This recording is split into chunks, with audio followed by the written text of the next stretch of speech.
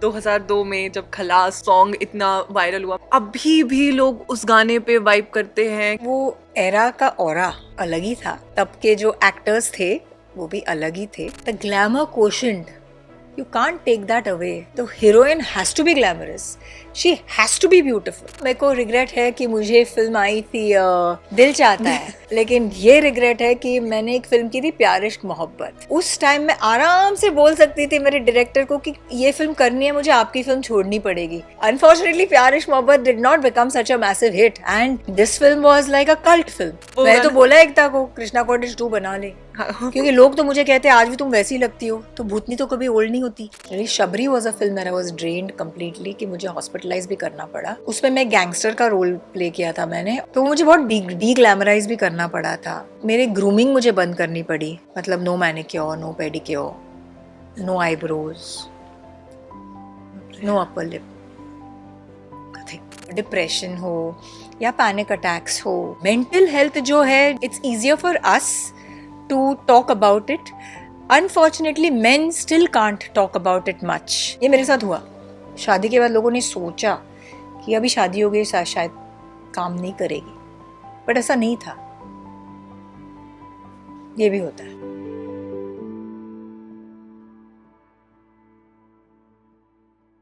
ना शोर की जरूरत पड़े ना लोगों का सहारा, जो अपनी पहचान खुद बना ले वही होता है असली सितारा। स्वागत है आपका बॉलीवुड बबल में, मैं हूं हर्षिता बब्बेले और आज मेरे साथ जो बैठी हैं उनके लिए ये इंट्रोडक्शन काफी जरूरी था, क्योंकि इन्होंने अपने खल्लास अंदाज से पूरी इंडस्ट्री को अपना दीवाना बना लिया है। ईशा कोप्पिकर, स्वागत है आपका बॉलीवुड बबल में। कैसे हो आप? बढ़िया, थैंक यू। और ये इंट्रोडक्शन के बाद और बढ़िया थैंक यू। बट मैम, आपसे मिलके मुझे लिटरली एक ऐसी वाइब आ रही है, बिकॉज आपको देखा है स्क्रीन पे और जब मैं आपको सामने देख रही हूँ ना कोई डिफरेंस है। वही स्माइल, वही आईज। पहले तो आप बताइए कैसा कैसा लगता है जब आपको फैंस ऐसे ग्रीट करते हैं और मिलके आपसे वार्तालाप करके ये सारी चीजें बोलते होंगे? तो वही स्माइल वही आइज तो होंगे ही ना, क्योंकि मैं वही हूँ। बट यस, जब लोग बोलते हैं कि आप बिल्कुल चेंज नहीं हुए हो, तो ऐसे लगता है कि मेरी मेहनत जो है उसका फल मतलब है। मैं इतना काम करती हूँ खुद पे, मेरे शेड्यूल को लेके, और इतने मतलब बहुत मेहनत है।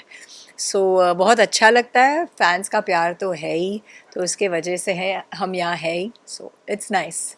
मैम, मैं आने से पहले इंस्टाग्राम स्क्रॉल कर रही थी जब मैंने आपकी एक वीडियो देखी। आपने अभी हाल ही में मेंटल हेल्थ पे एक बढ़िया सा थॉट लिख के रील पोस्ट करी है। कितनी कठिनाइयाँ लगती हैं खुद को समझने के लिए, क्योंकि शायद एक बहुत लंबी जर्नी होती है, काफ़ी कुछ चीज़ों से जाना होता है। जब हम दूसरों से प्यार पाने की कोशिश करते हैं तब शायद हमें समझ में आता है कि खुद के लिए जो करना होता है, सेल्फ लव कितना इम्पोर्टेंट होता है। वो रियलाइज़ करने में आपको कितना समय लगा? सेल्फ लव जो है, पहले तो खुद को समझना, सेल्फ को समझना सबसे इम्पोर्टेंट है, उसके बाद सेल्फ लव आता है। खुद को समझते समझते हम इतनी चीज़ें कर बैठते हैं, इतनी गलतियां करते हैं, फिर समझ में आता है कि हमारे लिए क्या सही है, क्या गलत है, हमको क्या चाहिए, क्या नहीं चाहिए। So it is a journey, it is a part of growing. Life teaches you a lot. जी। तो और मुझे ऐसे लगता है कि वी शुड एक्सेप्ट आर जो क्रैक्स होते हैं ना, जो which make us more vulnerable, बहुत ज़रूरी है। जापानीज़ एक आर्ट है जहाँ जो टूटे हुए जो पॉट्स होते हैं ना, वो पॉट्स को वो फेंकते नहीं है, वो पॉट्स को इकट्ठा करते हैं, उसके क्रैक्स को गोल्ड से भरते हैं। So that only honors the pot. It makes the pot more beautiful, and at the same time still exposes the fact कि मेरे में cracks हैं। तो हमारे में जो flaws हैं, हमारे में जो हामियाँ हैं, जो कमी है, वो हर किसी में कुछ ना कुछ अच्छा बुरा होता ही है। What's important is that we should accept it, we should embrace it. बहुत ज़रूर। एंड जो vulnerability है ना, that is beautiful. That is what makes you unique. तो मुझे ऐसे लगता है कि with time, with your experiences, with your flaws, हम हमारी चीज़ें एक्सेप्ट करते हैं और ये बहुत ज़रूरी है। और मेंटल हेल्थ जो है, जो जिसकी बात आप कर रहे हो, ये हम औरतें जो है, it's easier for us to talk about it.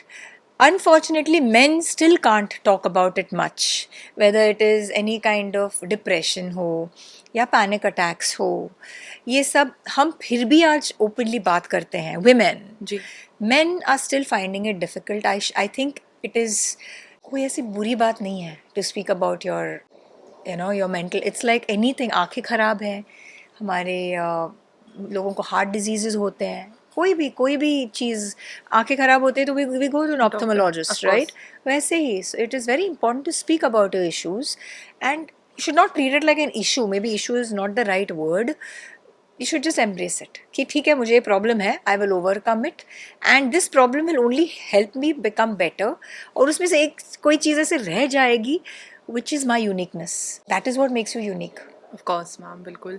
Ma'am आपको कब पता चला कि आप डिप्रेशन से जा रहे हो या इससे निकलने का कोई ऐसा फेज आया? कब आपको लगा कि जब आप आपको ऐसे लगता है कि कुछ ऐसे करने का काम मन नहीं करता, या किसी को मिलने का, everybody is different Harshita, everybody is different. Some people want to be with people and want to be around friends.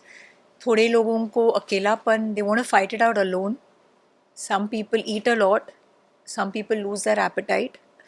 सो हर किसी के लिए डिप्रेशन को या मेंटल इलनेस को टैकल करने का तरीका अलग होता है. मैं अपने बारे में बात कर सकती हूँ. जी I like to be around my friends, क्योंकि मेरे कुछ ऐसे चुने 3-4 ऐसे हीरे हैं जो मेरे को समझते हैं, तो आई कैन, मतलब मैं उनको बैश कर सकती हूँ, मतलब विद वर्ड्स, जी and they will understand that Esha is going through something.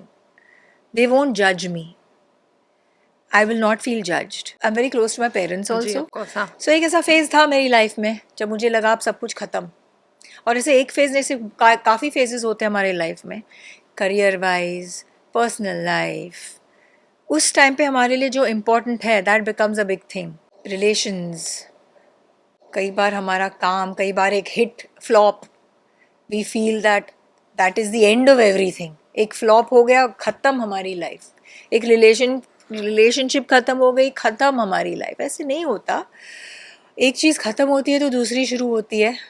ज़िंदगी बहुत बड़ी है. जी So I think it is very important for us to take baby steps, learn from every mistake, rise up, जी to every fall you have to rise. Of course ma'am, जैसे आपसे बात कर रहे हैं, पहले तो स्टार्ट से स्टार्ट करते हैं. 2002 में जब खलास सॉन्ग इतना वायरल हुआ, मैं तो मैम पैदा हुई थी, और जैसे मैंने उसके बाद मैंने जब देखा था, मैं अभी भी लोग उस गाने पे वाइब करते हैं. क्या क्या कुछ लोग उसको देख के, मतलब वो अलग ही एक फीलिंग है, अलग ही एक ऑरा था. मैम कैसे उस समय शूट किया? राम सर ने जब आपको बताया होगा, कैसे थी वो कंपनी का आपका पूरा शूट और कैसे किया? मुझे लगता है जैसे आपने अभी कहा कि वो एरा का ऑरा अलग ही था. तब के जो एक्टर्स थे वो भी अलग ही थे. बहुत ऑर्गेनिक इसलिए थे क्योंकि सोशल मीडिया इतना नहीं था. हमारे लिए कैमरा पे हम जो करते हैं वो ही इम्पोर्टेंट था. इंस्टाग्राम पे कितनी ऑडियंस फॉलो कर रही है या कितने लाइक्स मिल रहे हैं, ये सब इम्पोर्टेंट नहीं था क्योंकि था ही नहीं. So our full focus was our work and that we could see. ये मेरा काम जो मैं कर रही हूँ, ये गाना या ये फिल्म या ये रोल जो मैं कर रही हूँ, this is the first and last thing that I am doing. उस मेरे लिए ऐसे था कि Isha, this is it, 100% commitment to whatever you are doing. इसीलिए आपको ऐसे लग रहा होगा कि वो सारे लोग वापस आ रहे हैं, whether it's a Bobby Deol, whether it's a Akshaye Khanna, whether it's a Manoj Bajpayee, whether it's a Shefali Chhaya, Tabu ji तो आज तक हैं. So I just feel there was something about those actors of that time that was here to stay because it was so organic. Because for us it was important to give our best to that live camera जो वहाँ था, और वही था हमारे लिए acting, और कुछ भी नहीं. We were not bogged down by other things. But उस समय आपने सोचा था कि अभी तक आपको ओजी खल्लास गर्ल के नाम नहीं. से जाना जाएगा? नहीं, मैंने कुछ नहीं सोचा था. मैंने मेरा 100% दिया, और आज तक मैं जब काम करती हूँ मैं कुछ सोचती नहीं हूँ कि ऐसा हो गया, हो जाएगा या हो सकता है. I give my 100%. अगर हुआ तो बोनस सरप्लस, नहीं हुआ तो ठीक है, भगवान कोई और मौका हमें दे देंगे जिसके वजह से some magical will happen. Ma'am next to आपने साउथ इंडस्ट्री में भी इतना अच्छा काम किया है, क्या लगता है बॉलीवुड इंडस्ट्री में और साउथ इंडस्ट्री में अगर हम देखें तो क्या इंडस्ट्री में आपने ज़्यादा कंफर्टेबली वर्क किया है, या कैसे नज़रिए से देखा जाता है बॉलीवुड के लोगों को साउथ इंडस्ट्री में?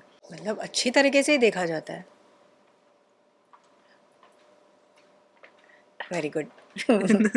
मतलब कैसे देखा जाता है, मतलब परफॉर्मेंस वाइज क्या कुछ डिफरेंस होता है, टाइम से लेके पंचुअलिटी को लेके? मुझे लगता है दोनों इंडस्ट्री सेम है. मुझे ऐसे लगता है कि हमारी इंडस्ट्री के थोड़े प्लस पॉइंट्स है, उस इंडस्ट्री की प्लस पॉइंट्स है. वो जब मेरा करियर शुरू किया था, that industry was very technically advanced.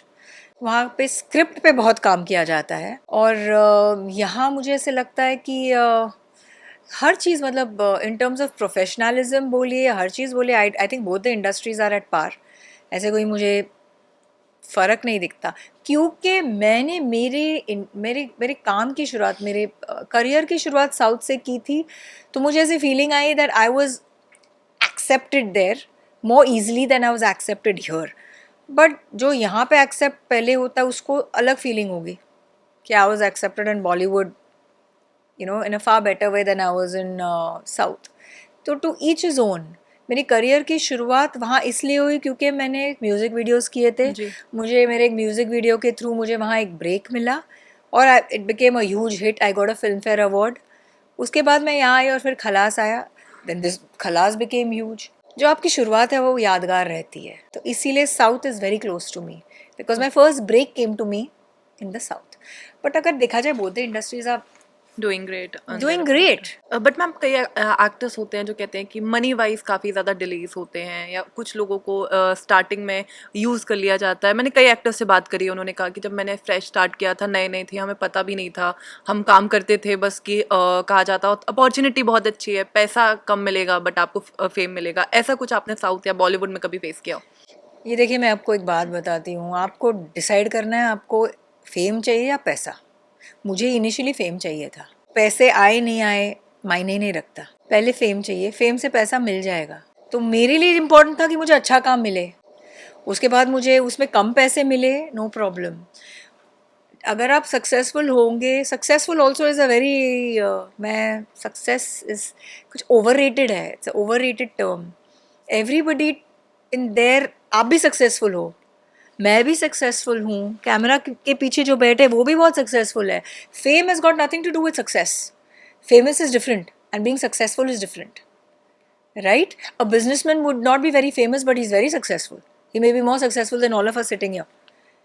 तो मैं इतना ही कहना चाहूँगी कि उस टाइम जब मैंने या कोई भी एक न्यू कमर जब शुरुआत करते हैं, ऐसे ऐसे लोग हैं जिन्होंने डायरेक्टर के पास जाके गए और बोले आप बस मुझे साइन कर लीजिए, 11 रुपए के लिए साइन हो गए हैं. ऐसे ऐसे भी किस्से हैं. तो आपके लिए क्या इम्पोर्टेंट है उस वक्त, वो शायद मेरे लिए नहीं है, मेरे लिए जो है वो शायद आपके लिए नहीं. मेरे लिए उस वक्त इम्पोर्टेंट था फेम, अच्छा काम.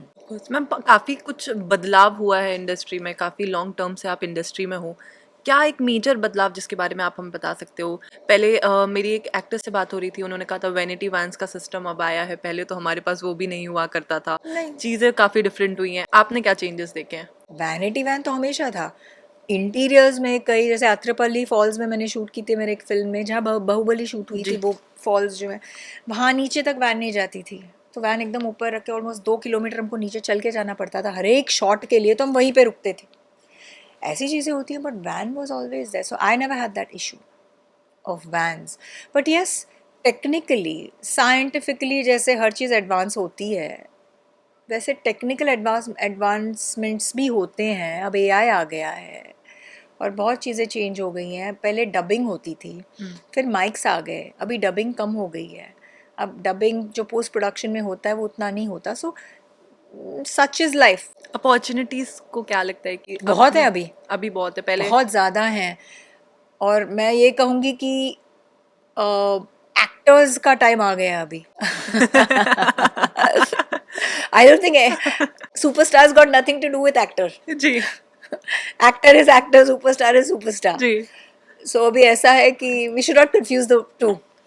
सो एक्टर्स को भी बहुत चांसेस मिल रही हैं क्योंकि OTTs पे ऐसे ऐसे कॉन्सेप्ट्स हैं, ऐसे ऐसे स्क्रिप्ट्स हैं जिसकी वजह से अब एक्टर्स OTT पे निखर के आ रहे हैं, which is very good, which is excellent. OTTs पे ओरिजिनल्स भी बनते हैं, जी, फिल्म्स भी बनते हैं, वेब सीरीज भी बनते हैं.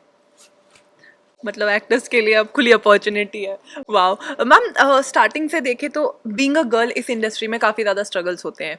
हमने काफ़ी सारी एक्ट्रेस को बोलते हुए देखा है कि अगर आप इस इंडस्ट्री में बतौर फीमेल आई हैं तो ग्लैमर की तरह देखा जाता है कि काफ़ी सुंदर है, बट उस नज़रिए से नहीं देखा जाता है कि काम भी कर सकती है, बट ग्लैमर के लिए आप पिक्चर में हो.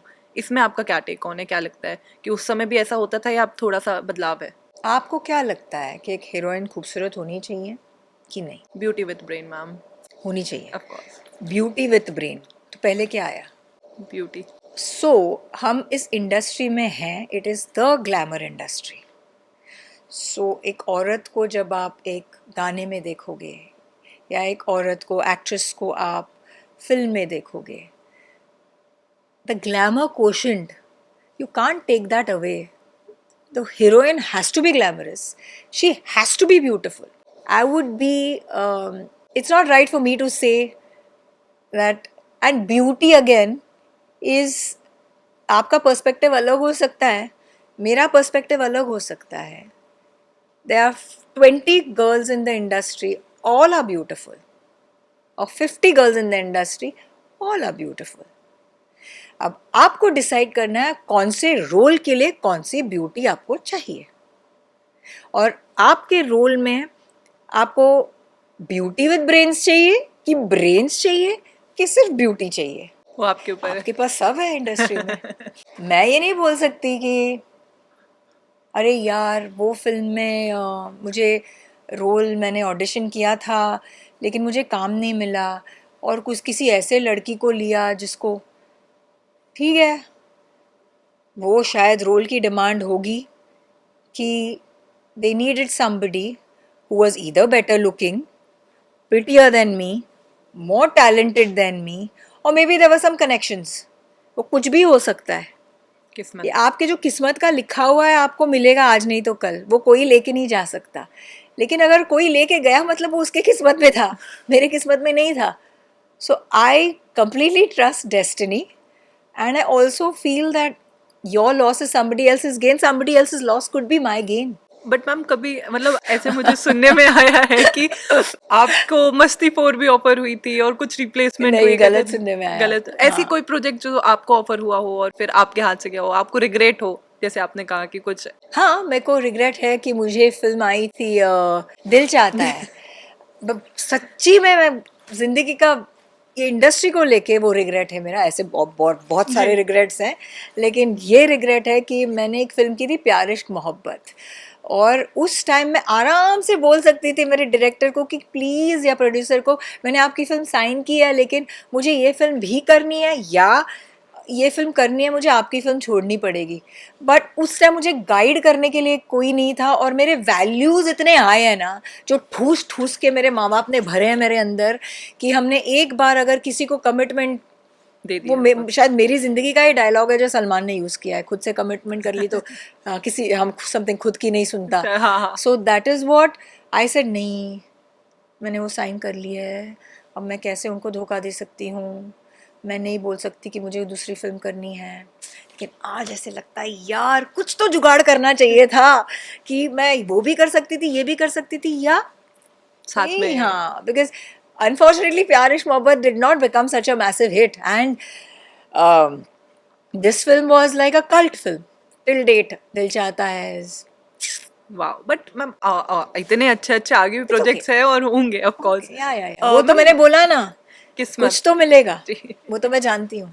मैम एक मूवी कृष्णा कॉटेज, मैम दिमाग में मैंने जैसे ऑफ कैमरा भी कहा, जैसे मैंने आपको देखा, उसकी जो एंडिंग थी, लाइक एक्सपेक्टेड नहीं था कि जब हम देख रहे थे तो बहुत प्यार से शायद कोई लव स्टोरी है, लेकिन लास्ट में जब पता चला कि आप घोस्ट का अभिनेत्री निभा रहे हो, कैसा था उसके BTS मूवमेंट, कैसे शूट हुआ सोहेल सर के साथ, क्या क्या कुछ मूवमेंट्स आप हमें बता पाएं?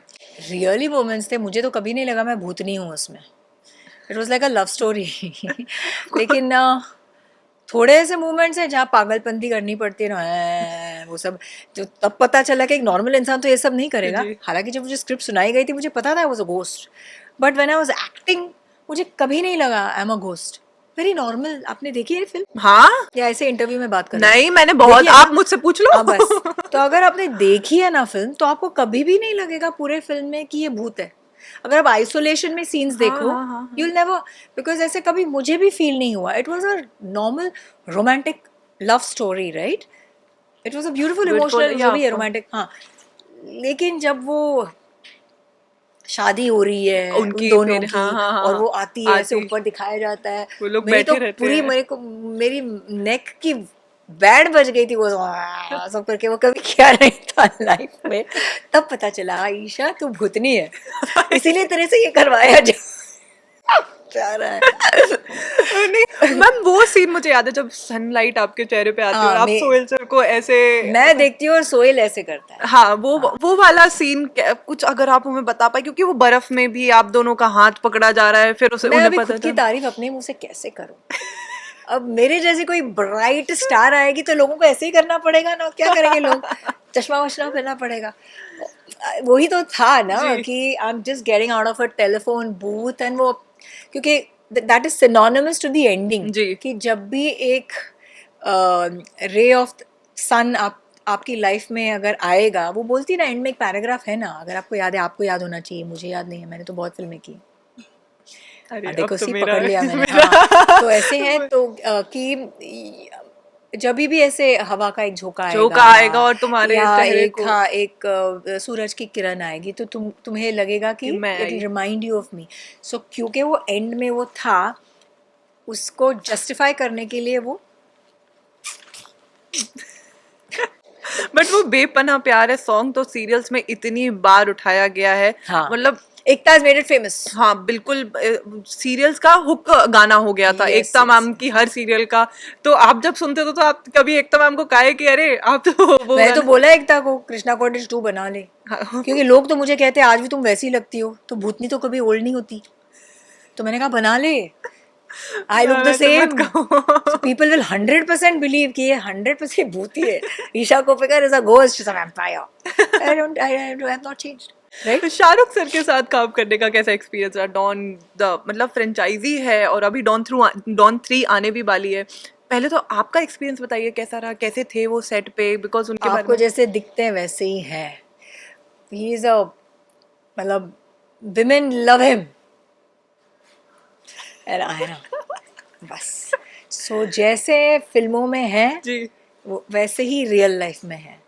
और आपको ऐसे लगता नहीं है कि आपके सामने DSR के ऐसे बैठे हैं, खड़े हैं, काम कर रहे हैं। मेक यू फील, खुद का मजाक उड़ाएंगे, आपको हंसाएंगे, आपको he'll make you feel comfortable खुद का मजाक उड़ा के।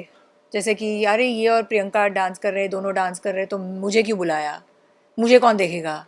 अब यार ऐसे मतलब आप ही को देखेगा, मुझे प्रियंका को कोई नहीं देखेगा, you know. But you know how it is to make somebody comfortable, and very effortless in his acting, very effortless in his dance, very suave, classy, classic, really, मतलब a man should be like, he's a gentleman, wow. he's my kind of a man। But Don 3 में Ranveer Singh sir को हो रहा है, और पर हम वो ओजी कास्ट को देखना चाहते हैं उसमें, बीइंग एन ओजी कास्ट आपको मेरे क्या? पास रितेश और फरहान दोनों के नंबर है, मैं आपको दे देती हूँ, बोल देना मैं तो OG कास्ट चाहिए हमको, देख लीजिएगा। आपकी बात सुनते हैं क्या? मेरी तो नहीं सुन रहे। आपने ट्राई किया? हाँ, मतलब मैंने अभी तक I not reached out to them, जी। But see the directors of any film और the makers of any film, उनको पता होता है उनको क्या चाहिए, कौन चाहिए, क्यों चाहिए, उनके भी नंबर्स होते हैं। Films have become like a business, so उनको पता है, तो बोल के कोई फ़ायदा नहीं है। अगर लेंगे तो great.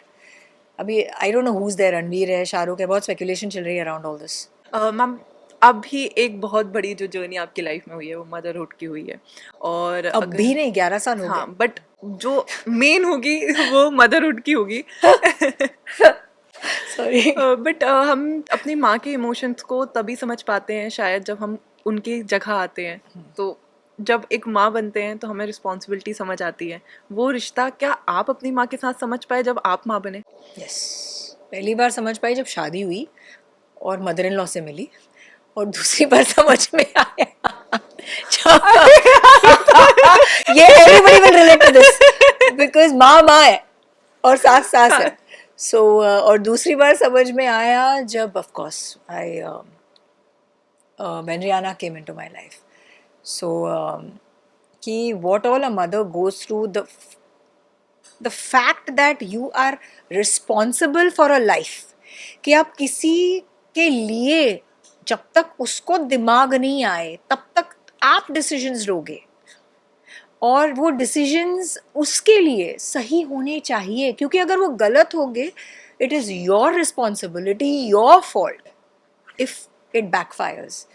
That itself, that thought, वो थॉट आ जाता है जब बच्चा पैदा होता है ना, तभी आ जाता है immediately, because it's such a small little being in your hands and you are responsible for every day. गलत दवाई, सही दवाई, वो कितना भी हो, कुछ भी हो, डॉक्टर हो, कुछ भी हो, you go by your instinct also a lot of times, right? Mother's instinct. So it's that pressure जब तक आप माँ नहीं बनोगी मैंने आप समझ नहीं सकते फीलिंग में, कितना भी आपको समझाने, कोई भी आपको कितना भी समझाने की कोशिश करे, लेकिन हाँ तब माँ की सारी बातें याद आ जाती हैं. तो माँ बनेगी ना तब समझ में आएगा. वो बट सब माँ की कमी हमेशा रहती है, लाइक मम्मा फॉर एवरीथिंग, अम्मा माँ अम्मा दिस, अम्मा दैट, अम्मा this, everything. Being a mother. हमने दीपिका मैम को भी देखा है, अनुष्का मैम को भी देखा है, पैप कल्चर काफ़ी ज़्यादा बढ़ गया है, पैप्स आपके आजू बाजू घूमने लगते हैं. उस इंडस्ट्री में बीइंग अ मदर क्या ये डिफ़िकल्ट होता है बच्चे के साथ इंडस्ट्री में सर्वाइव करना? आप इस इंडस्ट्री में हो, पैप्स तो होंगे ही. पैप्स आपके आसपास है, आपका फ़ोटो ले रहे हैं, आप न्यूज़ में हो, आपको किसी को बुलाने की ज़रूरत नहीं पड़ रही है, तो थैंक यू बोलिए भगवान को. यहाँ लोग पैसे देके पैप्स को बुलाते हैं स्पॉटिंग के लिए, वी ऑल नो दैट. या सो पैप्स अपने आप आके आपके फ़ोटो ले रहे हैं, आप डिमांड में हो, जब तक आपका टाइम चल रहा है बी थैंकफुल. ओके, अगर आपको कई बार ऐसे होता है हर्षिता, जहाँ पे लोगों के घर में डिमाइसेस, ऐसी चीज़ें होती हैं जिस that is when you need privacy. वहाँ कई बार टू मच हो जाता है. वो एक लाइन, वो एक दायरा, आई डोंट नो कैसे मेंटेन कर सकते हैं पैपराजी के साथ. दैट इज़ अ वेरी, मैंने देखा है कि they get into your life, but I think if conducted well, अगर ठीक से हम लोग उनको बोले, उनसे बात करें, वो कुछ भी करे, वो कैसे करे, वो आपकी पीआर एजेंसी आप हैंडल करेगी आपके लिए. But otherwise I think sir ढक सकते हो, मुंह ढक सकते हो. मेरी भी बच्ची रही है, अब आपकी बच्ची है, आप स्टार हो, आपकी बच्ची हुई है, वो न्यूज़ में तो News. थोड़ी बहुत आएगी ही. नाउ जी. That is a professional thing, I won't call it a hazard. It's okay. फिर उसको इंडस्ट्री में लाना है, नहीं लाना है, उसको कितना पैपराजी को दिखाना है, नहीं दिखाना है, that is up to your discretion. हाल ही में आप एक शॉर्ट फिल्म भी कर रहे हैं ना, जिसमें मदर डॉटर का रिलेशनशिप को हाँ, इट्स इम्प्लीमेंट अबाउट अ करा, single mother and a daughter, that's right. और फिर उस वो प्ले करने में इमोशंस का वो इतने स्क्रिप्ट मैंने ली, वो विस्लिंग वुड्स के स्टूडेंट्स के ऊपर थी वो फिल्म, और मैंने फिल्म इसलिए ली क्योंकि मुझे I connected with the script and I wanted to help the students also. क्योंकि जब मैं इस इंडस्ट्री में आई थी मेरा कोई गॉडफादर नहीं था, और they wanted a platform, they wanted somebody notable to be in their film. और अब वो फेस्टिवल्स में जा रही है, अवार्ड्स भी मिले हैं काफ़ी फिल्म को, तो अच्छा लगता है. मैं एक क्वेश्चन पूछना चाहूंगी. जैसे आप मुझे अपनी बेटी के बारे में बता रहे हो, मुझे वो रिलेशन दिख रहा है, बट आपका आपकी मम्मी के साथ रिलेशनशिप की चीज़ें मुझे बताइए कि कैसे आपकी अपब्रिंगिंग हुई है, कैसे उन्होंने आपको पाला, और क्या क्या चीज़ें जो आपको अभी भी याद हो, बिकॉज इट लाइक माँ के लिए एक अलग ही, बच्चा उसके लिए बहुत अलग होता है. शादी से पहले तक अपने पापा से क्लोज थी, शादी के बाद अपने माँ से क्लोज हो गई. सो पापा से आज भी क्लोज हूँ, लेकिन I was not very close to my mother. I was closer, but my mother to travel with me everywhere for my shoots, but I was closer to my father, क्योंकि पापा पॉकेट में थे ना. I wrapped पापा around my little finger. मम्मी strict थी, so पापा. But when you grow up and when you realize the sacrifices that your mother's made because you start making those adjustments in life when you get married, when you have a child, when the child becomes priority. That's when you realize what all. So I come from a very middle class, very simple background. upbringing वैसे ही रही है मेरी, जहाँ पे values are of utmost importance, education is very important, people are more important. So that's how I'm bringing up Rihanna. Same. like जहाँ Riyana, what I owe you is education and values. वो मैं जैसे मेरे में कूट कूट के है वैसे डालूंगी आप में. उसके बाद आपकी डेस्टिनी है. पैसा इज़ वेरी इंपॉर्टेंट. अगर कोई आपको बोले पैसा is not important, doesn't bring you happiness, not right. It brings you happiness, but relationships are also very important. How to balance, वो ज़रूरी है, सीखना ज़रूरी है. तो ये मेरे माँ बाप ने मुझे सिखाने की कोशिश की है. बहुत हद तक they are successful and I hope I manage you know that in Rihanna. कभी आपको लगा माँ बाप ने कभी आपसे बोला कि आज मेरी बेटी ने भाई मेरे को प्राउड फील कराया वाला मोमेंट आपको, अगर आपको कौन सा एक ऐसा मोमेंट था जो आप शेयर करना चाहें? जब भी मुझे फ़ोन आते लोगों के, रिश्तेदारों के, कुछ हेल्प के लिए, और मैं उनका हेल्प कर सकती हूँ और करती भी हूँ, और 99% टाइम्स कर सकती हूँ. या मेरे माँ बाप को कोई किसी का फ़ोन आता है कि आज ईशा को यहाँ देखा, उसकी बातें सुनी, व्हाट अ फैब्युलस अपब्रिंगिंग. या जब लोग बोलते कितनी डाउन टू अर्थ है, इतना सब कुछ पाने के बाद भी इतनी हम्बल है, दैट इज़ अपब्रिंगिंग. तो माँ बाप ने हमेशा मुझे निर्माणा रहना, ह्यूमिलिटी, ये बहुत सिखाया. ज़्यादा ही सिखाया, क्योंकि मुझे बहुत लोगों ने बोला है कि ज़्यादा ही हम्बल है, थोड़ा एटीट्यूड ला. तो मैं सोचती मैं एटीट्यूड कहाँ से ला, बताइए ना कौन सी दुकान में मिलता है. तो मैं आई डोंट नो एटीट्यूड कब आ जाता है. If you mess with me, फिर एटीट्यूड आ जाता है. I will not let you mess with me, and if you mess with me then I mess with you. But अगर मेरे साथ कोई अच्छी तरीके से पेश आ रहा है तो मैं क्यों एटीट्यूड दिखाऊं भाई. बट मेरे को समझ में नहीं आती बात एटीट्यूड वाली. हाँ, सेल्फ रिस्पेक्ट और ईगो में हम लोग कई बार कंफ्यूज हो जाते हैं. छोटा, it's a very thin line. वो हमको मेंटेन करना चाहिए, self respect. But ego is a burden that you'll carry on your own shoulders and you'll take it to your grave. क्या करोगे वो ईगो का? आज तक ईगो किसी के काम नहीं आया है. मैंने देखा है कि सबसे जो सक्सेसफुल लोग होते हैं, दे सो हम्बल. जैसे बोला जाता है ना कि फलों से भरा हुआ पेड़ हमेशा झुका हुआ रहता है, और वो एक पेड़ जिस पे 4 नारियल है वो ऐसे रहता है कि हम मतलब. पता है बॉइल्ड फ्रॉग की स्टोरी पता है आपको? I don't know. Boiled frog ऐसा था कि you know a frog is an amphibian, it can breathe with the gills as well as skin. तो इसीलिए वो लैंड पे और वाटर पे दोनों में रह सकते हैं.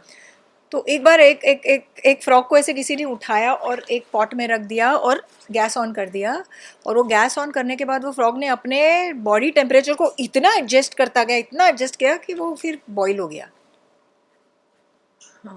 तो इतना एडजस्ट मत करो कि आप बॉईल हो जाओ. एक हद होती है जो हर किसी को पता होनी चाहिए. That's it, boundary. कूद जाओ बाहर, निकल जाओ. इंडस्ट्री की बात करते हैं. जैसे मैंने पैप कल्चर के बारे में पूछा कि बीइंग अ वुमन, आपका being a mother, pap cultures, but industry में प्रोजेक्ट अपॉर्चुनिटीज़ भी क्या कम हो जाती हैं, या उस नज़रिए से देखा जाता है कि यार अब शायद रिस्पॉन्सिबिलिटी है और आपको अपॉर्चुनिटी कम मिलने लगती है? अपॉर्चुनिटीज़ मिलती भी हैं, बट और कई बार मिलती नहीं है. कई बार मिलती है और आप लेते नहीं हो, बिकॉज उस टाइम क्या आपकी प्रायोरिटी है, उस हिसाब से आप. हाँ. और कई बार अपॉर्चुनिटीज़ मिलती नहीं क्योंकि लोग सोचते हैं कि आप शायद नहीं करोगे. ये मेरे साथ हुआ. शादी के बाद लोगों ने सोचा कि अभी शादी हो गई, शायद काम नहीं करेगी, बट ऐसा नहीं था. ये भी होता है. यहाँ पे आप देख रहे होगे, अब हाल ही में शायद मैंने सुना है कि आप प्रोड्यूसर की तरफ भी बढ़ने वाले हैं. लेकिन एक लड़ाई चल रही है प्रोड्यूसर और एक्टर्स के बीच में कि लॉन्ग वर्किंग आवर्स को लेके, पैसे को लेके. उस पर बतौर एक्टर आपका क्या लेना है, मतलब क्या कहना है आपको इस चीज़ पे? हमारी शिफ्ट है नॉर्मल 12 घंटे की शिफ्ट होती है. आई थिंक कॉन्ट्रैक्ट करने के टाइम डिसाइड करो आप, एक्टर और प्रोड्यूसर। प्रोड्यूसर को सोचना चाहिए आपको वो एक्टर चाहिए, तो एक्टर की मांगे पूरी करो। नहीं करना है, you can you afford to lose that actor, ठीक है, आपको वो एक्टर भी चाहिए और फिर एक्टर आपके हिसाब से काम करे, नहीं हो सकता। अगर आपके हिसाब से करने वाला एक्टर हो, उस एक्टर को लो, और नहीं कर रहा है आपके हिसाब से तो मत लो। I don't know what is the इधर प्रॉब्लम क्या है। हाल ही में सुनील शेट्टी सर, दीपिका मैम, सब ने इस चीज पे आवाज उठाई है। मुझे उतना काम चाहिए और काम की ज़रूरत है, मुझे वो फिल्म चाहिए, मैं 12 घंटे नहीं, मैं 16 घंटे काम करने के लिए तैयार हूँ। लेकिन आपको 8 घंटे की एक्ट्रेस चाहिए और उससे आप 16 घंटे करवाना चाहते हो, वो नहीं करेगी, तो वो मत करो उसके साथ काम, किसी और के साथ करो। तो इसमें एक्टर की गलती कहाँ से है? प्रोड्यूसर की गलती है। आपको हीरोइन भी चाहिए हिट, हीरो भी चाहिए सुपर हिट, तो फिर सुपर हिट हीरो और हीरोइन अपने हिसाब से काम करेंगे यार। We complicate our lives because we want the best, but we don't want to pay the best, and we want to get the best out of them. कैसे होगा? There are a lot of directors जिन्होंने actors को निकाल दिया है because they don't work on their terms. निकालो, 10 film नहीं मिलेंगे, एक्टर्स आपके हिसाब से काम करेंगे, और नहीं करेंगे मतलब उनका पेट भरा हुआ है, तो I don't see the problem. आगे की अगर इंडस्ट्री की बात करें तो अपकमिंग प्रोजेक्ट्स जो आप वर्क करना चाहें, या कैसे ऐसे प्रोजेक्ट होंगे जिसमें आपको लगता है कि हाँ मुझे ये, आपका ओजी कमबैक जैसे अक्षय सर का हुआ है, आपका भी होने वाला है, कैसे प्रोजेक्ट्स को आप टारगेट करना चाहती हैं? ऐसे प्रोजेक्ट्स को टारगेट करना चाहूँगी जहाँ पे मेरी जो एक्टिंग की जो भूख है या जो पैशन है वो निखर के आए, क्योंकि बहुत है जी। क्योंकि मैं जानती हूँ कि मैं अच्छी एक्ट्रेस हूँ। मैं I want my on a serious note, I want to choose scripts which justify my talent, कुछ अलग से हो जो शायद लोगों ने मुझे उस रूप में देखा ना हो, या मैं वही करूं जो मेरे फैंस मुझसे चाहते हैं बहुत। या may be comedy, I am very good at comedy, I feel I have a good sense of comic timing, जो बहुत लोगों में नहीं होता। हीरोज़ में शायद होता है लेकिन बहुत कम हीरोइंस हैं। Sridevi, Hema Malini ji, they I don't think there are many after that. I'm not comparing myself. I'm just saying कि they are my, मतलब I look up to them. You know, in terms of their sense of सत्ते पे सत्ता देखी आपने, तो Hema Malini ji with Amit ji, that उनका एक डायलॉग है, जब आते हो तो ऐसे लगता है कि तबेले से आए हुए हो। And then there is Seeta Aur Geeta, and then there is of course Sridevi ji, Sridevi ji's Chalbaz, Mr. India, every film that she's done. So they are my icons of acting, idols. Idols of acting of course. Ma'am comedy क्या cool है, हम आपने super की है, तो उस समय कैसा, जब प्रोजेक्ट साइन कर रहे थे तो क्या क्या लगा था कि बहुत अच्छा लग रहा था। मैं was so raring to go, मतलब मुझे सेट पे जाके कल ही शूट करना था। आज अगर मैंने सुना है स्क्रिप्ट तो आई वाज सो एक्साइटेड। जिस तरीके से मुझे राइटर्स ने नरेट की थी स्क्रिप्ट, बहुत मज़ा आया, बहुत मज़ा आया। कोई ऐसा सीन किसी भी फिल्म का जो आपको बहुत डिफिकल्ट हुआ हो शूट करने में? बिकॉज बीइंग एन एक्टर काफ़ी ऐसे सीन्स होते हैं जो इमोशनली ड्रेनिंग होते हैं, फिजिकली ड्रेनिंग होते हैं। कोई ऐसा सीन जो बताना चाहें जिससे आपको बहुत कठिनाई हुई हो शूट करने के लिए? रोने वाले सीन्स बहुत ड्रेन करते हैं emotionally. Shabari was a film where I was drained completely, कि मुझे हॉस्पिटलाइज भी करना पड़ा। उसमें मैं गैंगस्टर का रोल प्ले किया था मैंने, और जो स्लम्स में रहती है, तो मुझे बहुत डी ग्लैमराइज भी करना पड़ा था। मुझे अपने आप, मेरे ग्रूमिंग मुझे बंद करनी पड़ी ऑलमोस्ट 1 साल। जी। मतलब no manicure, no pedicure, no eyebrows, no upper lip, nothing. She is from the slums and she is a gangster. तो वो फिर उस तरीके से सोचना, तो दैट वाज, या मुझे बहुत, उसमें मेरा एक छोटा भाई है, उसको मार देते हैं, he shot, he killed. It was heavy film थी, और मैं फिर गैंगस्टर बनती हूँ, और लोगों का खून करना, वो तो मैंने कभी लाइफ में किया नहीं है। उस टाइम पहली बार था, मतलब एक्टिंग में भी, रोल में भी। जी। So it was a little difficult. Slitting somebody's throat. अभी के लिए अगर कोई ऐसा कॉमेडी हॉरर एक्शन मूवी आती है तो आप किसके साथ काम करना चाहोगे? मैं तीनों करना चाहूँगी। किस किस के साथ, लाइक कौन है अभी आपका फेवरेट टॉप लिस्ट में जिनके साथ आप वर्क करना चाहो? मैं एक बायोपिक करना चाहूँगी या एक ऐसे मैग्नम ओपस करना चाहूँगी जहाँ पे एक महारानी हूँ मैं संजय लीला बंसाली के साथ। मैं एक कॉमेडी एक्शन करना चाहूँगी रोहित शेट्टी के साथ। मैं हॉरर करना चाहूँगी, मैं बताऊं, बताइए। स्त्री में देखना चाहती हूँ हाँ, आपको। मैडॉक के साथ। यस, मैडॉक के साथ उनके किसी ये जो हॉरर जॉनर है ना उनका, जी। ये जो यूनिवर्स बना रहे हैं, हाँ, उसमें साथ। वाओ, मैं तो दिनेश जी स्त्री जरा कॉल। हाँ। चलिए, अब हमारा सेगमेंट है वन वर्ड। मैं आपको एक एक सेलेब का नाम दूंगी, आपको एक उनको एक वर्ड देना है। मेरे को टाइम देना प्लीज। हाँ हाँ, आप आराम से सोच लो। हाँ। शाहरुख खान सर। और कुछ नहीं सोच सकती मैं, बस ये। अजय देवगन सर। सिंघम। विवेक ओबरॉय। खलास। सलमान खान। भाईजान भाईजान। गोविंदा सर। दादा कोड के part 2। How was your experience working with him? Like आमदनी ठंडी खर्चा रुपया वेरी वाले थे। नाइस। पर एक- मुझे मैं आपको बोलना चाहूंगी उस फिल्म में ना, I was not an actress, I was a reactress. क्योंकि उस फिल्म में मेरे डायलॉग ही नहीं थे हार्डली, मैं सिर्फ रिएक्ट कर रही थी। और गोविंदानंद जी ने मुझे कहा था कि Isha, you know the most difficult part of acting is when you have to act without dialogues. और ये सच्ची बात है। आप जब फ्रेम में हो और आपके पास डायलॉग्स नहीं है, और यहाँ 2-3 लोग हैं, यहाँ 2-3 लोग हैं, सामने 2-3 लोग हैं, और सब लोग बात कर रहे हैं, सब लोग बात कर रहे हैं, और आप सिर्फ ये कर रहे हो, तो इट इज़ नॉट ईजी। मतलब you have to be aware first of all कि आप बेवकूफ़ नहीं लगो। जी। नहीं तो ऐसे खड़े नहीं रह सकते आप जैसे आप मर गए हो। You have to react to everybody, you have to know everybody's lines because you have to react. आप अगर कुछ सैड बोल रहे हो, है नहीं कर सकती, I have to be sad, right. आप अगर है कर रहे हो तो मतलब आप समझ रहे हो ना, जी, जी, जी, आई हैव टू हाँ। बी इन टेंजेंट, मतलब जी, जी। Tandem with what your. सबसे मुश्किल Harshita, I can not tell you in that film. So Govinda ji noticed that and he said, Esha, मेरे से well done. Well done. Sunil Shetty.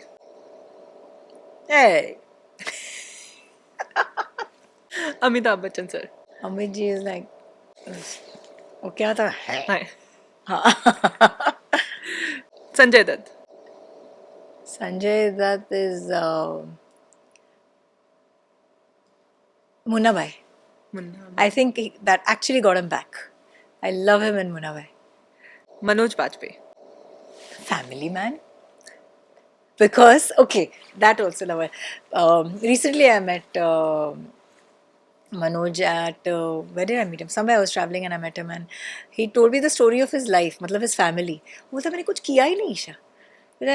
जो फिल्म जो घर पे होता है ना, मेरी बेटी को देख के जैसे आज के बच्चे बिहेव करते हैं, वैसे ही उसमें बच्चियाँ, उसकी बच्ची है इन फैमिली मैन ना, इस डॉटर इस सन, वैसे ही बात करते हैं।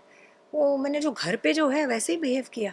And he says it's so effortless, you seen family man, beautiful, मतलब एफर्टलेस एंड हंस हंस के आपको सिचुएशंस ऐसी है बट आपको हंसी भी आती है। You know the situations are little serious but आपको हंसी भी आती है।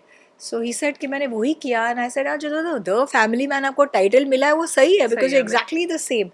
And I think it is a fantastic come back for him, the way he's ruling the industry, the OTT industry today. So I'll call him the OTT man. Okay. तो Nagarjuna sir.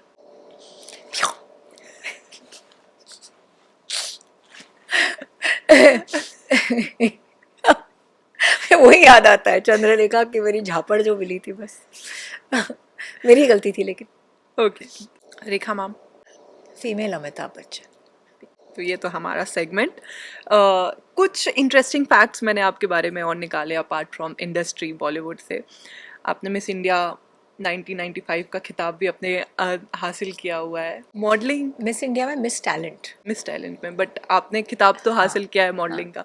Ma'am, modelling की life कैसी है? Like अगर जब आप गए थे competition उस समय और अब समय, बहुत सारी चेंजेस आपने देखे होंगे। क्या लगता है मॉडल्स को रैम शोज होने लगे हैं, एक्ट्रेस नहीं नहीं, तब भी थे रैम शोज, सब कुछ था, मैंने रैम शोज भी किए हैं। नहीं, अब एक्टर्स भी रैम शोज कर रहे हैं। हाँ। आप काफी सारे वीडियोस देखते होंगे। हम काफी करते बार थे ना, तब भी होता था, we were called show stoppers, जो आज भी है। तो लेकिन मॉडल्स को, लाइक अभी एक रिसेंटली वीडियोस भी आई हैं जिसमें काफ़ी सारी एक्ट्रेस मॉडल्स पीछे वर्क कर रहे हैं, और वो जो जॉब होती है वो चीज़ें थोड़ी डिफरेंट दिखा देते हैं मॉडल और एक्टर्स को। उसमें आपका क्या टेक ऑन है कि मॉडल्स का एक जरिया होता है चलने का और एक्टर्स का थोड़ा डिफरेंट हो जाता है? क्या है ना, जो दिखता है वो बिकता है। सो मॉडल्स की लाइफ, पहले थे मधु सप्रे के टाइम सुपर मॉडल्स, अब वो सुपर मॉडल्स का दौर नहीं, पता ही नहीं मुझे आज कौन सुपर मॉडल है, आई डोंट नो। वो एक अलग टाइम था सुपर मॉडल्स का, जहाँ उनकी जो लेवल थी आज के एक्टर्स की, उन एक्टर्स की लेवल एक्टर्स की थी, और उनका एक स्पेस अलग था सुपर मॉडल्स का। आज वो वैसा नहीं है। आज अगर किसी ब्रांड को अपने आप को मार्केट करना है, दे either think of actors, influencers और cricketers, depending on what slot, what brand it is. Models पहले ब्रांड को एंडोर्स करते थे, अब it is, I don't no, वो एक्टर्स ने और ये सब लोगों ने ले लिया है एंडोर्समेंट्स, बट रैम्प पे फिर भी आपको आज दिखाई देते हैं models. Of course I have a lot of friends who are designers, so most of the time it's models who do ramp shows.